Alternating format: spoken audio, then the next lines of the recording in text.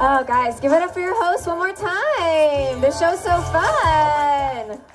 All right, let's give it up for my costume. Do we know who I am? Iconic, most iconic villain ever. But let's talk about the real villainy. The Oscar snub for this role? I mean, come on. She deserved to win an Oscar, in my opinion. Anyways, you guys like this wig? Yeah? Okay, I got it off Amazon and it has a name. Do you guys want to know the name? Okay, so this is called The Audacity, okay? And let me tell you, the name is working, okay? Because I feel like I have the audacity to kiss my dog right on the mouth, okay? I feel like I have the audacity to appropriate a religious ceremony from an indigenous culture and pair it with mimosas, and then charge white people an exorbitant amount to partake in it. I feel like I have the audacity to tweet that I'm not going to jail for taking part in the insurrection. Ooh, what just happened? Okay, seriously, I did black out. That's something they don't warn you about. Sometimes when you put on blonde hair, it will colonize your soul. I'm kidding. Guys, I have been watching this show. It's called Naked Attraction. It is, do we know what this is? It's a dating show from the UK. And the way it works is there's one contestant looking for love. And then there's 6 naked strangers that this person chooses from. So there's like 6 butt-naked people in like these booths, okay? And there's a panel covering them. And then the panel slowly rises to reveal different naked parts of their body. And by the way, there's no censoring, okay? It is full frontal uncut dick, because that's how they do in the UK. It's not a kosher situation.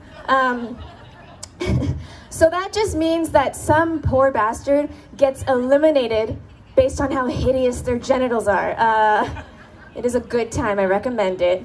Now, at first I was watching this show like out of curiosity for entertainment, and now I am just hate watching it, like waiting for my genitals to be represented on the screen, you know? Because representation is important. And I haven't seen anyone that looks like her yet, okay? So I don't know what the process is for getting on this show if you have a pussy, but either I have the most unique genitals ever, or there is a conspiracy to keep lippy bitches off of television, which is like the history of television. So, yeah, like truly, the host describes 95% of the vaginas on this show as neat or tidy, which I didn't even know what a tidy vagina was, but I guess it's just like skin. That's like, oh, it's just skin, right? And even the vaginas that she describes as more exposed vaginas are not nearly as exposed as mine, okay? My situation is like, okay, it looks like my clitoris has put on a long, hooded velvet cloak and is trying to rob me of all my possessions, okay? Everything is out. You can basically see my cervix from this angle. Not to brag, okay? But it does make my gynecologist appointments a walk in the park, all right? Actually, that's because I have shitty health insurance. So my gynecologist appointments are just me walking through a park going, does this look normal? Oh, that's one of my doctors. One of my park bench doctors. How you doing, Tim? Just kidding. You are not having a good time. You're not enjoying it. Is it because you can't relate because your pussy is so small? Is that why? It's just like so small. She's like, I actually don't know what you mean. My pussy's like so small. I actually don't even call it a pussy. It's so small, I just call it a p, because I can't use a 2-syllable word to describe what I have. Congratulations. I'm sorry I'm picking on you. I don't, do you queef? You look like you don't queef ever. You do? Okay, I love queefing, I really do. I don't queef nearly as much as I would like to, okay? But I love it. I love it because I feel like it's my pussy being like, oh, you thought you were going to come in here into my home and I was just going to stay silent? Here's what I think about all of that.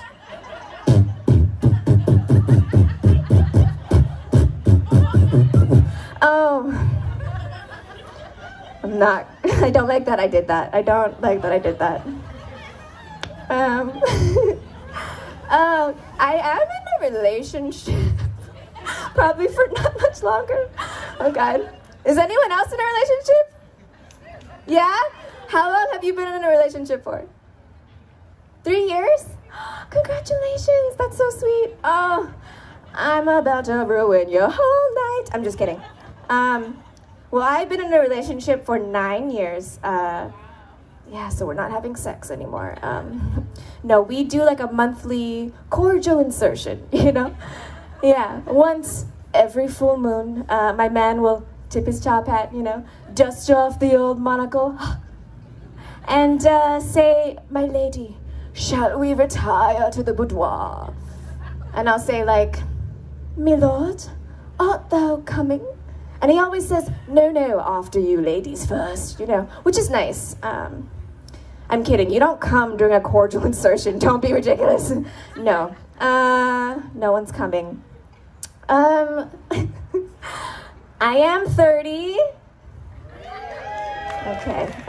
Okay, so none of you are shocked. Well, that's fine. No, I thought we were friends, but that's cool, that's cool. It's actually a hate crime, so I hope you're proud of yourselves. But all my friends who are already in their 30s were like, "Sid, you're gonna love being 30, okay? You're gonna stop giving a fuck, and you're gonna be horny all the time." And I turned 30, and I am always crying. Oh, so dry down here, very wet up here, do you understand? Just every full moon, I'm like, please, please, just trying to like transfer the moisture, you know? Still got that wop though. Wet ass pupils. Oh, I don't cook, I don't clean. Let me tell you how I got this ring. I cried and he felt bad for me. But I'm so not horny. I'm very much waiting for the horniness. But I do have hopes for my horny future, okay? Because I volunteer with a hospice, because I'm better than you. And let me tell you, old people are trying to fuck me. They're trying to fuck me. Not to brag again, guys, okay? But there is this one guy. Now he's 96 years old, but he looks 106. And he wears Magnum diapers. And he's definitely trying to fuck me because he always tells me that I look like a Filipino hooker he once encountered in San Francisco, so. But he got bold the other day. I went into the room and I found him the way I always find him, just sitting in his Magnum diaper, like trying to figure out his iPad. And I came in and he was like, "Oh, hey, I'm gonna play you a song." So I was like, okay, cool. He put on a song, we're like jamming out. And then he said, "Take my hands." So I did. He's an old dying man, you know? I took his hands and he pulled me in. Pretty strong for a dying guy. Put his hands right on my hips, and I thought we were gonna do like a middle school dance move, but he quickly brought him right up here on the cusp of titty. And I was like, "No, thank you." And he said, "Please," as one does. And I said, "Oh, no, thank you, I'm good." And he said, "But it's been so long." Which I feel like is the geriatric version of, "Oh, come on, just the tip." But he stopped because he's a gentleman. And then I emptied out his pee bottles and I took out his poopy diapers. And then I flashed him. I'm just kidding. I did not do that. But I'm going to leave you on that visual. Thank you, guys. I'm Regina George. Just kidding. I'm Sid.